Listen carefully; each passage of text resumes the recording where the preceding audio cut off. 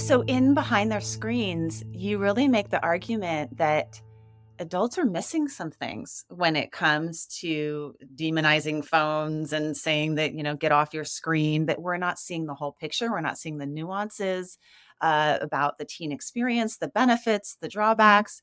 And when we just have this sort of one myopic view about screens are bad, that we can't really help our teens navigate them as effectively.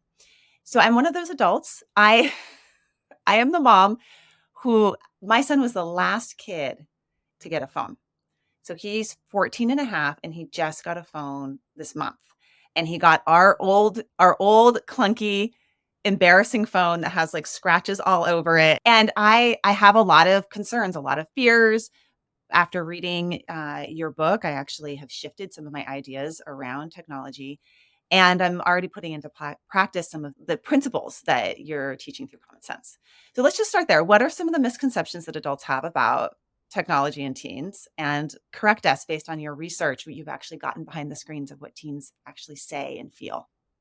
Well, first of all, I want to say it is so reasonable that you made that judgment for your kid and your family. And I think there is actually a lot of data that suggests that it's a great idea for a lot of kids to have a more delayed entry into phones and smartphones and social media in particular. And also, one of the things that we really see in the research is that kids are not having a monolithic experience of tech. And that means that different kids are having really different experiences. And one of the things that I think is so interesting is that we've all gotten really bogged down in this screen time kind of debate. And yet when we really sit and listen to kids, we see how much it matters what they're actually doing on their screens, what they're not doing because of their screens, and what vulnerabilities they have and what strengths they have that they're bringing to their screen time, because those things are getting amplified for different kids in different ways. And that seems kind of abstract, but you can imagine that there are kids, and you don't even have to imagine. I mean, you probably know kids in this category. There are kids for whom their social life or their social context in their school life just isn't providing the validation and connection that they really need developmentally.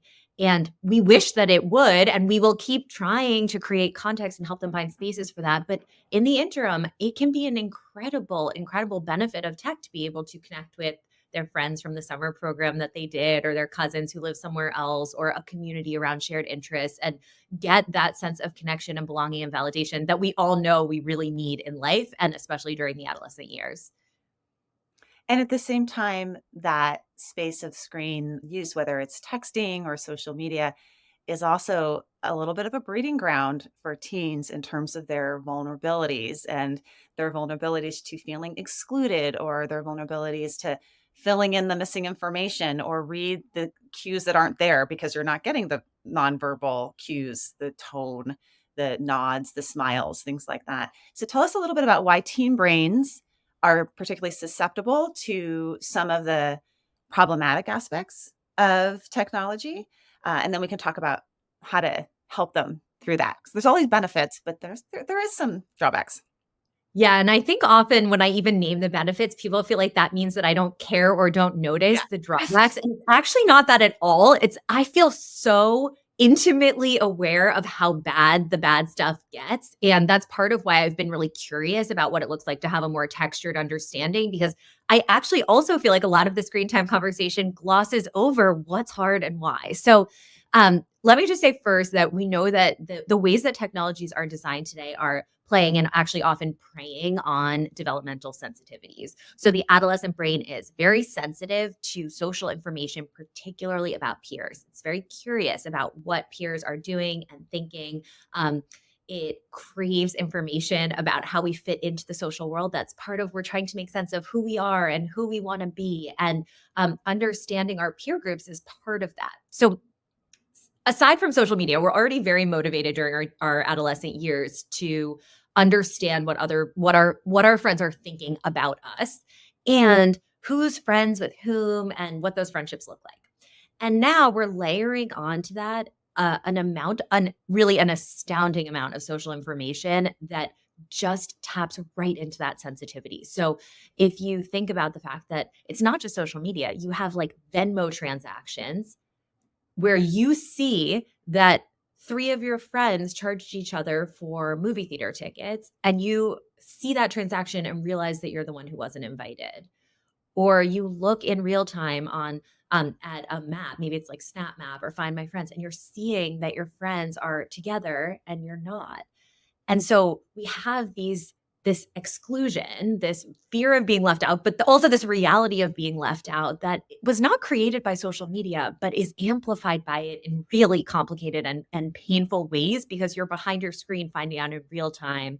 Um, and so I think that that kind of intersection of a developmental sensitivity with design features of tech that give us so much new information, too much new information, is really at the heart of this. Yeah, I also appreciated your conversation in the book about intermittent reinforcement, which we all know is the strongest reinforcement to our brains, our bodies. We want to, what's why we go back to the slot machines. But just that little, I've seen it on my own phone when the little red heart gets activated. You want to keep refreshing your phone to go back for more to get the social reinforcements, the likes, that little red heart. And I imagine that teen brains are also more sensitive to those types of reinforcements as well. Yeah, so we can think across the lifespan. So, first of all, we know dispositionally, some of us are more sensitive to peer feedback than others. So, that's just a reality that some of us care more. We're more interested in what other people think of us. But if we also take a sort of lifespan perspective, we individually are more vulnerable and sensitive and curious about that kind of information in general during our adolescent years. So if you imagine kind of like a little curve, you relative to yourself have more sensitivity during that time period. It has to do with different changes that are happening in the brain and that are sparked by puberty. And as your body and your brain are changing, you become really interested. Hypersensitive is often the term that's used to different kinds of social feedback. And one of the things that comes with that is that the pain of exclusion actually feels worse for the adolescent brain.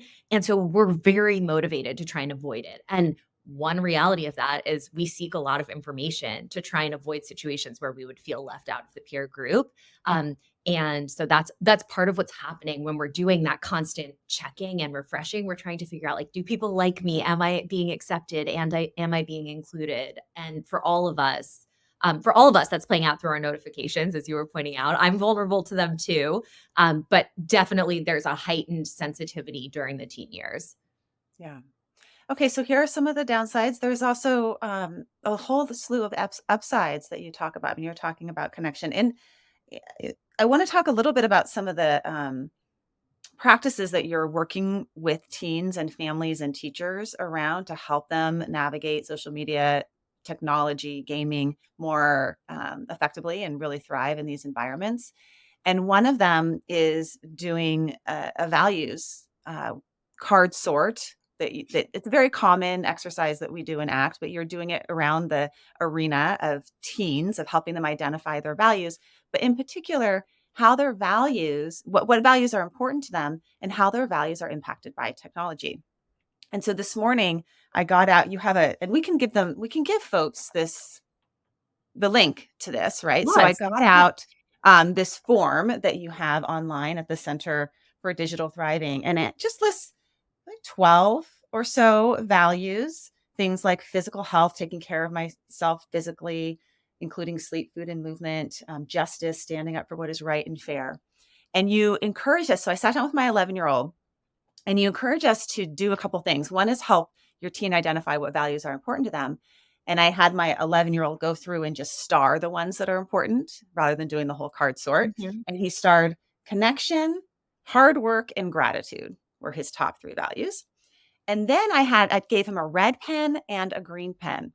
And with the red pen, I had him go through and identify which ones of these values are negatively impacted by technology. He's not on social media. Which of these are negatively impacted by technology? And with the green pen, which are positively impacted, which are, help him connect to his values.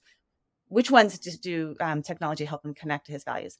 And what was really interesting is that he said that connection was positively impacted by social media, which is what I think a lot of adolescents would say. He said that hard work is negatively impacted for him. Physical health is negatively impacted, but spirituality is positively impacted by social by technology because he's aware of like he uses like a little meditation app and we've had these little like habit tracker and meditation apps. So it's just really a great exercise to do with your kids to help them start to identify. It's not so black and white. There's a lot of nuances to this. Tell us a little bit about values, teens, why you came up with this practice and how it could benefit them.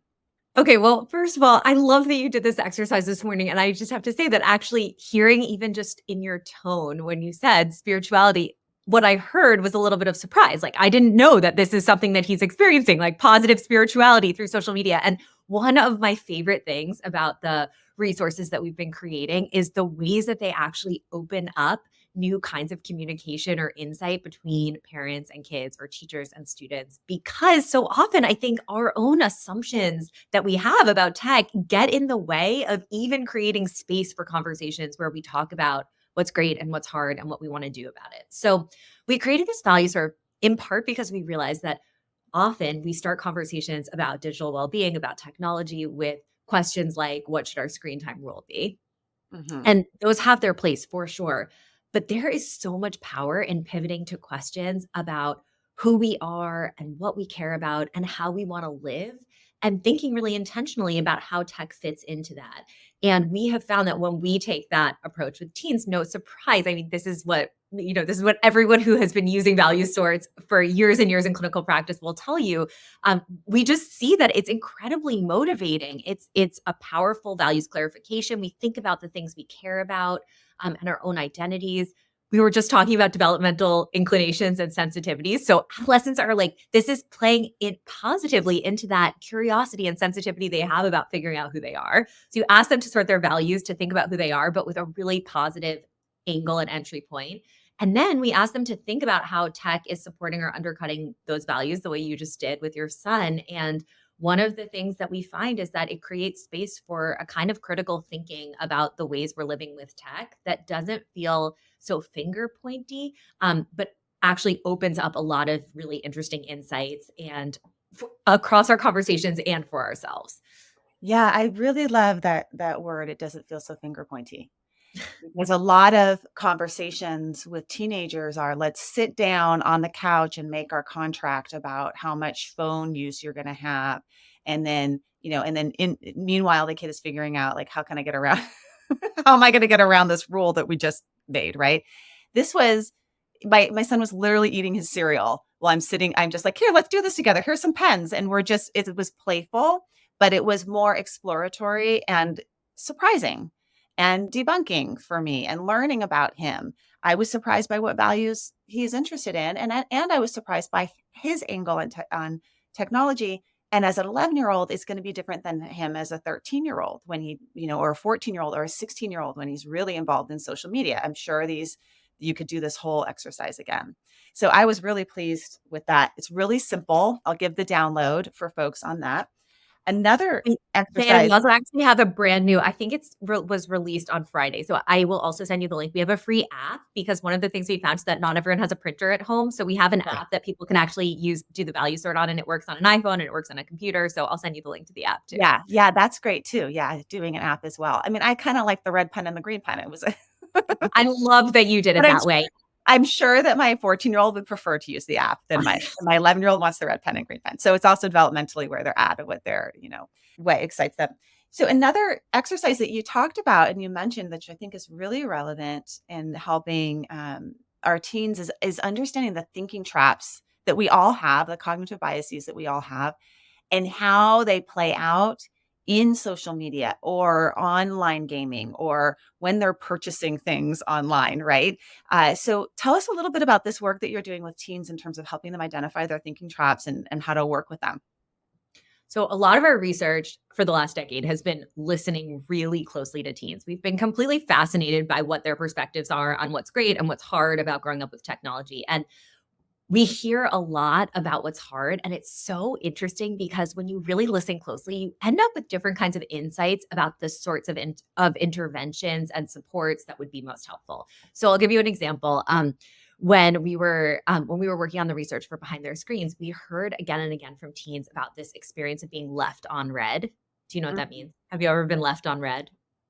Yes, I have. Yeah, someone hasn't responded, right? Hasn't read it. Yeah, Yeah, so you, like, see that your message has been sent and received and read, but the person hasn't responded yet. yeah. So teens often call that being left on read. And, there are different ways and contexts where this plays out, and sometimes there's actually a receipt, so you really see clearly, you know for sure it's been read or you see that it's been delivered. And we started hearing from teens how that feature can spark this sort of thinking spiral where all of a sudden you're feeling like, "Oh, shoot, like, are they mad at me? Should I not have sent that? Ugh, I'm such an idiot. Like, why did I do that? Why did I send that message? That wasn't funny, and I thought it was funny." And a lot of what we heard from teens is not only second, but second and third guessing yourself. I would So just say as an adult, I do that as well. So this is not just teenagers. When I notice that someone read my email and they haven't responded, or they read a text, they don't respond for a couple of days, I feel hurt.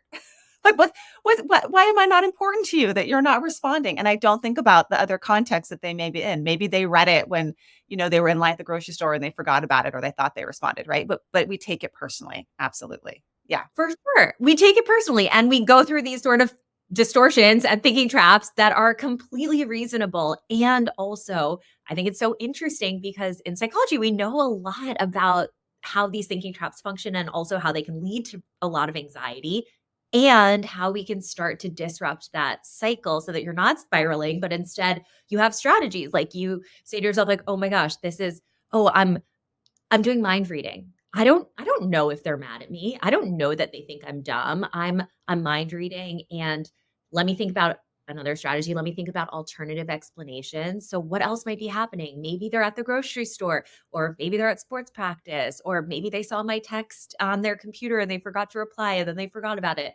Um and even though those are kind of silly examples, that practice of being able to generate alternatives for what's going on is actually part of developing our own sense of flexibility and getting sort of unstuck from those thinking traps. And so having a repertoire of those kinds of strategies, and those are just a few, there are many more. And also having that recognition to be able to say, like, oh, this is a thinking trap. We have found that that is just such a powerful tool that for sure is not something that we have discovered, right? Like this is CBT gold standard practice, and there's a lot of research behind cognitive distortions. But one of the things that our team has really been interested in is how listening to teens talk about what's hard with social media allows us to start to actually connect the dots to evidence-based practices and different kinds of strategies that can actually help with those challenges. Exactly. So you're taking the existing evidence-based practices and then applying it to this context of social media. And adding on to that with these cognitive traps, these are also conversations that parents can have with their kids. Once you start to maybe get a list of some of the cognitive traps or the thinking traps in your own mind. Mhm. So for example, with mind reading, one you're talking about using a CBT technique, another technique may be perspective taking, asking, wait, have I ever done that? What was going on for me, and all the different variety of flexible responses that could come up, or how does context play a role, which is a really important thing for teens to start to consider, that everybody is in a different context than maybe the context that they are in with that perspective taking. What's another cognitive trap that you work with them on, because these are good. It's helpful for parents to be able to help their kids, or caregivers help their kids name them.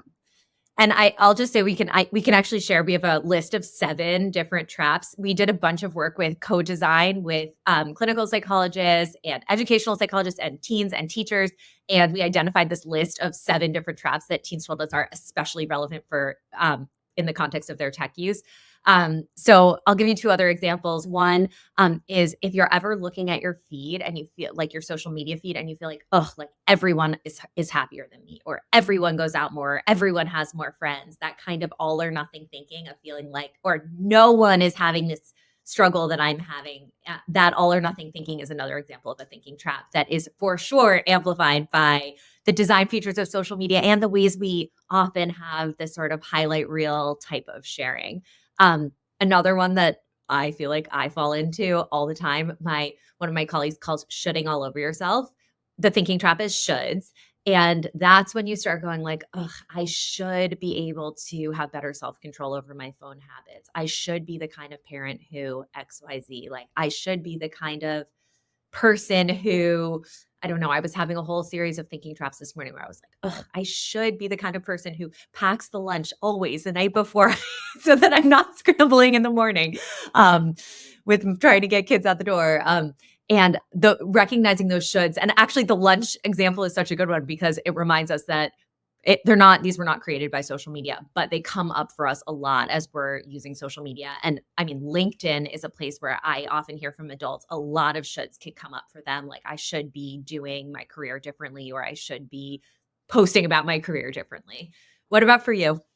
Well, when you're just talking about the lunch, it really links to comparison for me that, that's another sort of trap that we can get into is comparing ourselves. And that's one that I think social media activates in me, whether you even write about this a bit, that even the more authentic feeds, even people that are really they're not glossing over things. They're showing their regular day selves. I'll compare my regular day self to their regular day self, right? So even though there's more of a lean towards not being so polished and filtered and edited on social media, the authentic folks can evoke that in me as well. So definitely the comparison one is my most dangerous one. And I don't know. I think there's also a danger of saying comparison's always bad because sometimes comparison can motivate us to do stuff, to change things. To we can do this sort of comparison. I want to be more like them, but if we can connect to the values that are underneath it, then that motivation is a different type of motivation rather than being a shooting motivation. It's more of like this is what I want for myself because I care about myself or I care about this action in the world. So, and we know that comparisons are actually increasing developmentally during adolescence. So, during the adolescent years, that's another developmental thing that's happening. And as you said, social media is such a place where we can have comparisons coming up. It's really important what you said that not all comparisons are bad. We think about like aspirational comparisons that really inspire and motivate us in a positive direction. Um, Versus the kinds of toxic comparisons that may are the reason why we talk in the book about this idea of social media as comparison quicksand, which it really can be where it just feels like it's pulling us into this really dark place. Yeah, I was just thinking about I just saw one of my good friends, her kids both just had birthdays, and she posted the birthday cake that she made with it was really sweet, like a little homemade birthday cake with these cut up strawberries around it. And it just was like this like wholesome, cute picture. And I could how quickly my mind went from first cute, I love that. And then why do I always put junky candy on my birthday cakes? I'm like all about artificial flavors and sugars when it comes to these birthday cakes. Oh my gosh. But then I caught myself because obviously this is my friend and I love her and I want the best for her. I caught myself doing that. And then I shifted to, wait a minute, maybe that's something that I want to bring more into my baking is like bring some more fresh fruit or, they have it actually be a motivator as opposed to a negative comparison. So there's a ways that we can help our kids move from that kind of negative comparison to more of aspirational and motivating types of comparisons. Okay, good. Thinking traps. Do you have one more you want to share with us, or should we move on to another strategy, which I was interested in, which had to do more with like the digital hygiene aspects of helping out our kids? Yeah, maybe I'll say one more that I think a lot of us can fall into, which is labeling. Um, so when we use negative labels for ourselves, like "I'm so dumb" is an example. I mean, that's a pretty benign one, but I think that also the labeling is something that when we have done different kinds of thinking traps with students that we often hear like, "Oh yeah, that's part of my self-talk." Mm, One of the things that I love about the example that you just gave is you were talking about you verbalized your self-talk and how you were kind of steering it in different directions. And I have to say, so I'm not a clinical psychologist. I started doing this work because my background is in human development and developmental psych. I have been an adolescent psychologist for a long time, but I do research and I think about educational context, and it really is interdisciplinary work where we start connecting the dots across teams. So I don't want to speak out of my lane, but I also feel like there is something that has really compelled me about doing this work in collaboration with clinicians and teens, which is like that idea of making our own self-talk visible and then shifting it. And the ways that CBT really invites us to do that, to recognize our own thoughts, to like acknowledge and label them in different ways, to make some of the traps visible, and then to start shifting our self-talk by thinking about new strategies and ways we can kind of reorient that. And I feel like so much of the increase in internalizing symptoms that we're seeing across the data feels like such a good fit for these interventions that help us really like make visible the different thoughts we're having and then think together about them. Absolutely. So as parents, we can model some of that. As caregivers, as educators, we can model that sort of that metacognition. If I'm noticing my own thoughts, that these thoughts are happening all the time. Some are more helpful to me, some are not so helpful to me. And then what do I want to do with them? Do I want to listen to them? Do I not want to listen to them? Do I want to add in another potential thought that is more aligned with my values, and just getting Mm. more flexible with our thinking and helping our teens do that, helping them mentalize and verbalize what's happening for them mentally. Good. So let's talk a little bit about some of the more the aspects of digital hygiene. And one of the things that the exercises that you have teens do, which again is so good, it's very motivational interviewee. This is the way that you go about this. I can see all the threads of the evidence based practices, but one is noticing design tricks. So Mm. instead of telling teenagers why all these technologies are trapping their attention, you actually give them the assignment to design the most engaging app possible. You're actually encouraging them to start thinking the way that these app designers think. And then they're probably, once they have that in mind, it's sort of like if you put together a bicycle, then you know how the bicycle works if you've actually done it yourself, right? So you have them design the most engaging app possible. And what are the results of that when you have teenagers do that? Well, it's really interesting because one of the reasons for this is we're living in an attention economy. So that's a term that I think and a concept that I think every teenager absolutely has a right to know about and understand. This idea that their attention is sought after and companies are extremely motivated to capture it and hold it because more attention is more ads, more data about which ads to serve them, more data about what's going to keep them on the app longer. And when we think about the idea that our attention is really being hacked, that our attention is the prize, we start to understand what's motivating the decisions behind the design of the apps we use. And it's really intentional that we ask them first to design the most engaging app because when you have the assignment to design for engagement or to design for intention, you see why you would use a feature like that notification or heart button that we were talking about earlier, or why you might shift to a feature like infinite scroll and a more frictionless design where your content just keeps going and going. Often when we're talking about this, I ask parents if they can remember Facebook when your feed would just end, like there was no Right, new yeah. content. I never was on Facebook, but yes, I mean, there was so much more clunkiness, so much it was just everything was so much harder to navigate. I mean, I go back to remembering when email was just like it was challenging to get it to open. You'd had to wait a few minutes. And Yeah. what's so interesting about that is that kind of annoying moment is a natural stopping cue, right? It's like Mhm. it's the thing that would tell us like, "Oh, like, okay, I reached the end of this or there's nothing else to do. I'm gonna go do something else." Like the same way that if we're like sitting in a movie theater and the movie ends, we would get up and leave. Um, we have all these technologies that have removed stopping cues at every turn. So we have autoplay, so the next video is going in infinite scroll, so the content keeps going. And um, then we are layering on top of no stopping cues like the intermittent reinforcement, and there are so many different ways that we see our natural tendencies are being played and preyed on. And so one of the things that we really want teens to be able to do is to start really thinking critically about the incentive structure of the businesses and the ways that that parlays into different features. So we have them start with what kinds of features you use, and of course, like buttons and those kinds of bright colors, and thinking about even things like um, content that elicits a really strong emotional reaction. So you're like really angry or really curious or really happy. Like those come up often. And then we actually ask them to shift into thinking about what they would have to change if they were actually designing for well-being. And suddenly you have this experience of realizing that we would not have the same features in the apps that we use every day if that was actually the goal. And it is so obvious because an app that was constantly trying to nudge you to live with your values and to be the best version of yourself and to feel your best, it would look really different. Absolutely. So what are some of the things that they would design for well-being into their apps? What are the creative solutions? I just feel like teenagers are way more creative than adults, so I'm sure they're coming up with better things.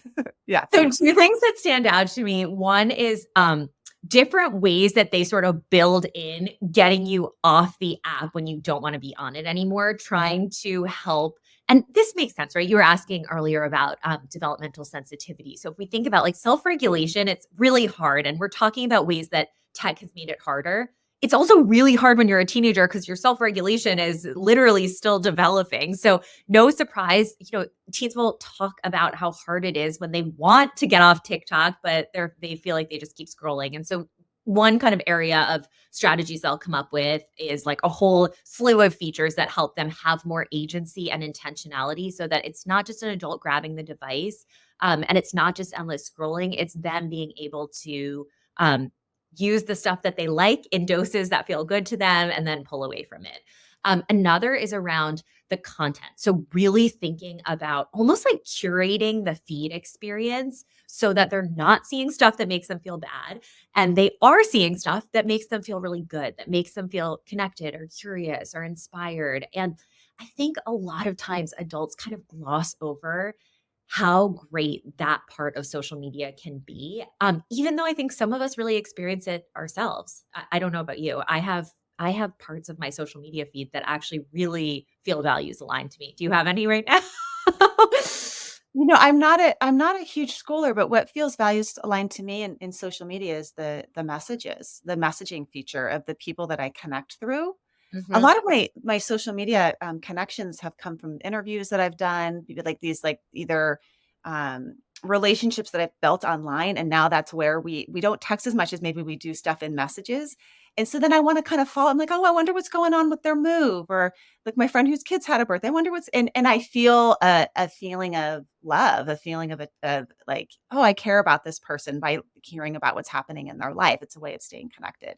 So that's how I those are my favorite parts. And then I was looking at my feed the other day because I do so I actually I don't scroll a ton on other people's social media, but the things that I do scroll on show up in my feed. So like I have a lot of images of flowers.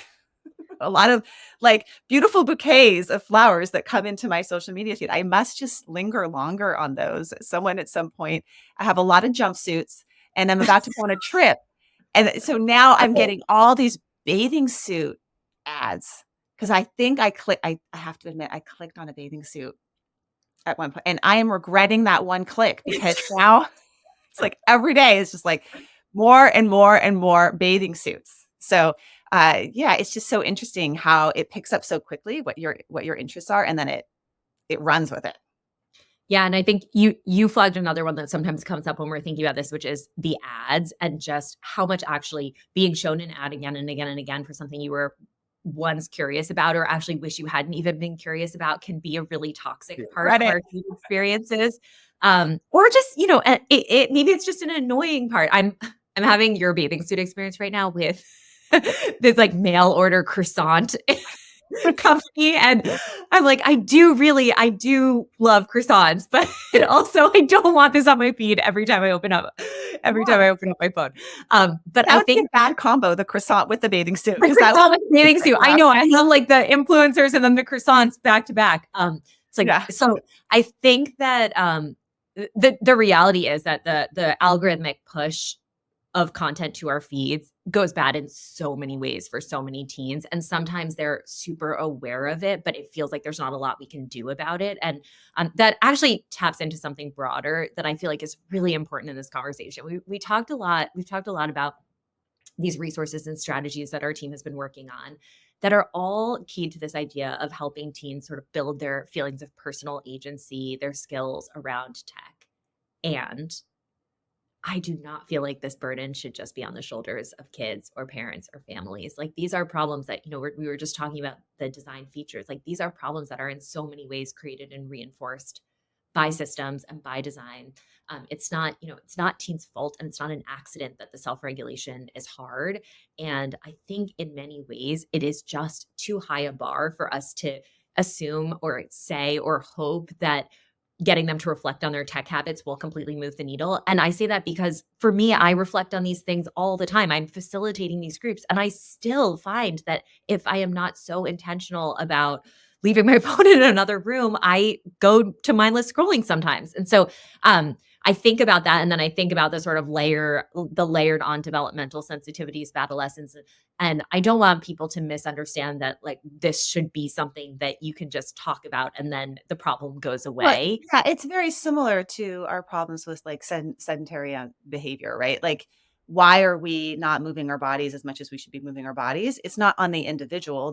It's because we don't have sidewalks outside of our house, or there's not a safe place to walk, or you're in a work setting where you only have a 10-minute break and you have to there's so many contextual factors that are contributing to these problems that unless those contextual factors change, it's gonna be really, really hard to rely on the individual. And now we're relying on the teenager who's already navigating a ton of other stuff that it's a lot. And I, that's where I do think some of the habit formation stuff that you put in at the end, where we actually we put some things in place to just like we do for ourselves around eating habits or movement habits or sleep habits that will support us in an environment that's challenging, and so some of the you use some of the classic habit tricks, things like increasing the friction of certain things. I mean, I do that for myself in terms of my technology, try and increase the friction. We do that with our kid.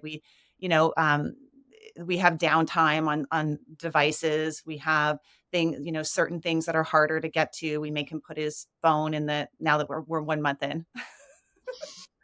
We have him put his phone in in the kitchen in the technology drawer at night, things like that. Tell us a Yeah. little bit about some of the habits that we could support our teens in developing, and that we could as well as parents, educators, caregivers It do. starts with us. So I love that you said that. Well, first, I think that even just calling them tech habits, that's such a simple change that I actually think is really helpful because we know that that our habits become these default forces that are shaping our lives, and they can be really invisible if we don't take time to make them visible. And I think that for adults too, one of the things that we know happens with tech is it becomes this whole series of invisible habits that are shaping our days and our interactions. And when Carrie and I were working on the book, one of the things that we just kept coming back to was teens' sense of how hypocritical adults are around tech. Like we tell them, don't do X, Y, or Z. And then they see us like pulling out our phones at a stoplight and when we're driving or kind of ignoring them. I saw a TikTok.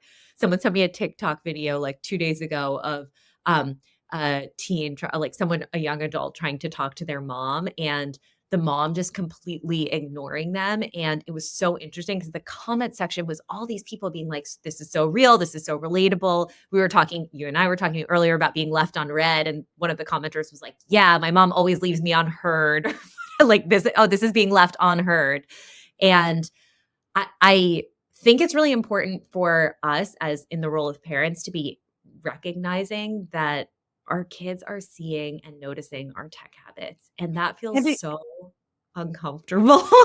and it evokes for me the still face experiment with the moms with the still face and the babies trying to get their attention, and then, the baby's getting louder and louder and louder and then eventually giving up. That when we're engaged in our phones, at least for me, when I know that when I'm engaged in my phone, I'm not responding with my face to my child's cues. I'm not even listen maybe I'm listening or saying, "Uh-huh," or and they pick up on that. I mean, my kids know when I'm responding without listening, because we get skilled at this as parents. Like we can listen, we can quote listen to our kids tell us a story, but we're in our own heads, or maybe we're answering an email or on our phone, and we're not really listening or engaged. And for them, it feels like the still face experiment. Like she's not paying, or he's not paying, or they are not paying attention to me, which is really impactful in the relationship. And you mentioned in your book that teens feel this way with each other too. They don't. Part of the reason why my son wanted to get a phone wasn't really for the phone. It was because when they all sit around after school, he's the only one that doesn't have anyone to talk to because Oh, everyone's on their phone and he has no way of connecting if he doesn't have a device in his hand. So it also impacts, teens don't feel good about it either. that makes me think about 2 concepts that I think are really helpful as we're having this conversation. One is that, you mentioned the still face paradigm and the still face experiments, and there have been replications of this same kind of setting with or the same kind of experiment with phones. And there is actually a whole body of research now around tech related distractions. And one of the terms that's used in the research is technoference. And I think it's really helpful to have a name for it. So technoference is moments when technology is interfering with the quality of our connection with each other or with other people. And I think that we all know what it feels like when technoference is part of the equation. We've all probably been in a conversation with someone, or maybe you even have someone in your head who you're like, they're really bad about this. I love them, but they just like their phone is out, they're distracted, they're not focused. And we know how it feels when people are telling us with their with their phone in front of their face that we are not the most important thing to them in that moment. And our kids are feeling that too. So technoference, that's one thing. The second is your description of your son with his friends reminds me of some of the conversations we had with teens about the digital pacifier concept.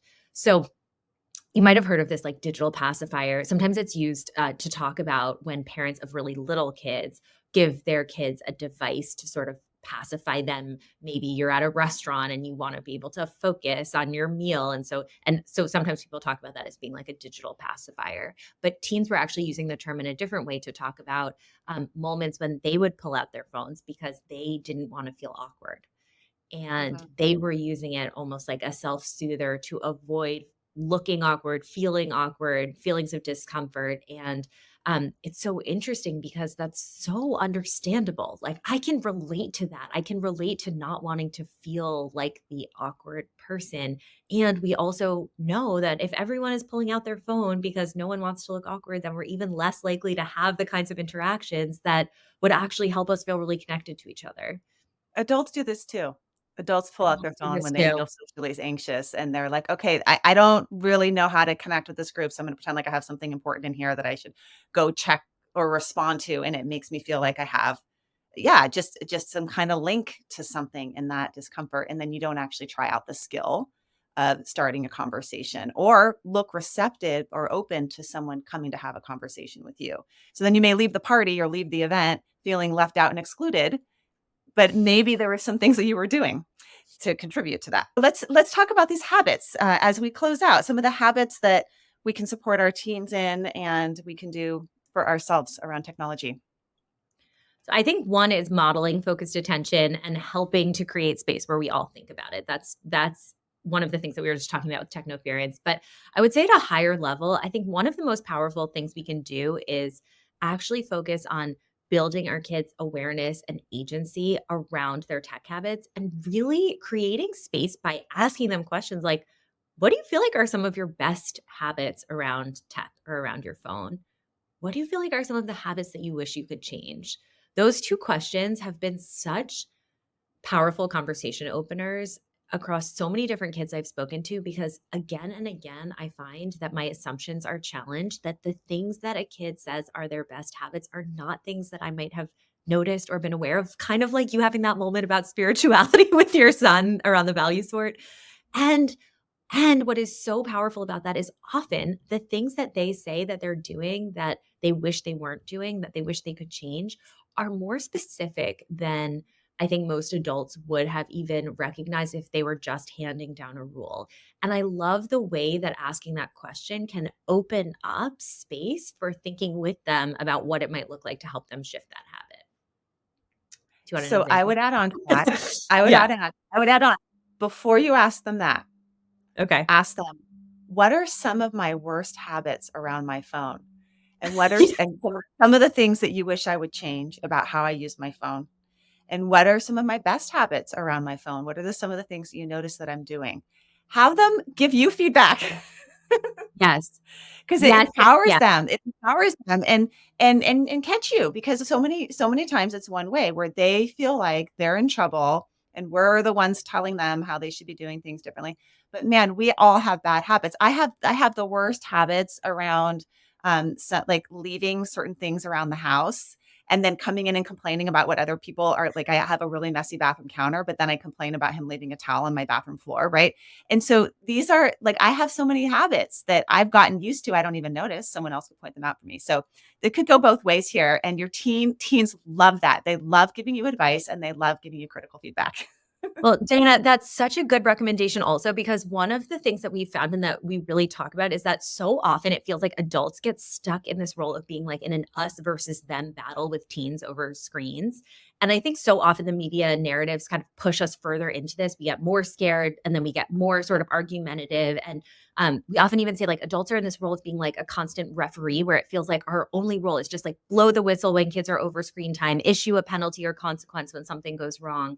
But actually, kids really so often benefit from us being more like coaches, where we're less like just the referee and more like the coach who's thinking with them about how to build the skills and what it looks like to strategize around hard plays and tricky moments. And when we embrace that, we get out of that us versus them mindset and we get into this kind of us and them approach to screen time, which and to devices, which is so real because in reality, we have said it again and again across this conversation, like the things that are harder are hard for us too.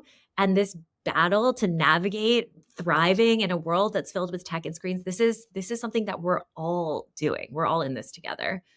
And as much as we don't want to admit it, a lot of us, our teens are way more advanced in technology than we are. They're way more sophisticated. They know a lot more than we do about the different social media apps. My son, teaches me a ton. He looks at my YouTube and tells me it sucks and all the ways that I could get more views. Yeah. And so we can also be in this position of learning from them. And that's really what your research has really been founded on is let's learn from our teens. Let's listen to our teens. Let's hear about what's hard for them. Let's hear about what brings them vitality and let's support them in thriving with with the complex challenges that they're facing, but also the immense resources that they have as teenagers, as creative thinkers, as connectors, as individuals that just want to go out in the world and grow, and we can really support that with technology when we work together at it. So thank you so much, Emily. This has been such a good conversation. I know everyone's going to want to go check out your work. We mentioned all these resources. Now we're responsible to give it to you. And we'll connect to your book, which is Behind Their Screens, and make sure that people can listen to that. I listened to it on audio. Always get both the audio and the book and kind of go back and forth. But I listened to it was your voice, right? It That is. was Yeah. yeah. So I listened to you read that. And then we'll link to some of the Common Sense Media stuff that you've been working on. But what else would you recommend for folks if there's any other places you want them to go? Well, I'll just share two other thoughts. So one is that we started the center at Harvard at the Graduate School of Education. It's called the Center for Digital Thriving. It is a research and innovation center. We're focused on creating research and also real practical resources that help around things that are hard about tech. We created the center not because we know exactly what digital thriving is, but because we're really committed to trying to help figure it out and get there. And I'd love for people to follow along, join our center newsletter. The resources we're creating are free and they're available. And we'd love for you to be part of this journey. We feel like this is really all hands on deck. And it's digital thriving is a provocation that I feel like we all want and need to lean into. So Center for Digital Thriving, that's one. The other is that I would love for folks to follow along. I work with Dr. Jacqueline Nisi on an Instagram account called Tech Without Stress, where we share advice and recommendations for parents that are grounded in the evidence and around tech parenting, and some of our own strategies that we're using. And you can follow us at Tech Without Stress. Great. Fantastic. Okay. Well, thank you so much, Emily. We'll make sure we check out all of those resources and have a wonderful rest of your day. Thanks for having me. Thank you so much for listening to this episode of the Wise Effort podcast. Wise Effort is about you taking your energy and putting it in the places that matter most to you. And when you do so, you'll get to savor the good of your life along the way. If you would like to become a member of the Wise Effort podcast, go to wiseeffort.com. And if you like this episode and think it would be helpful to somebody, please leave a review over at Podchaser or call me at 805-457-2776. I would like to thank my team, my partner in all things, including the producer of this podcast, Craig, Ashley Hyatt, the podcast manager, and Yoko Nguyen, who is the social media manager. And thank you to Ben Gold at Bell and Branch for our new music. This podcast is for informational and entertainment purposes only, and it's not meant to be a substitute for mental health treatment.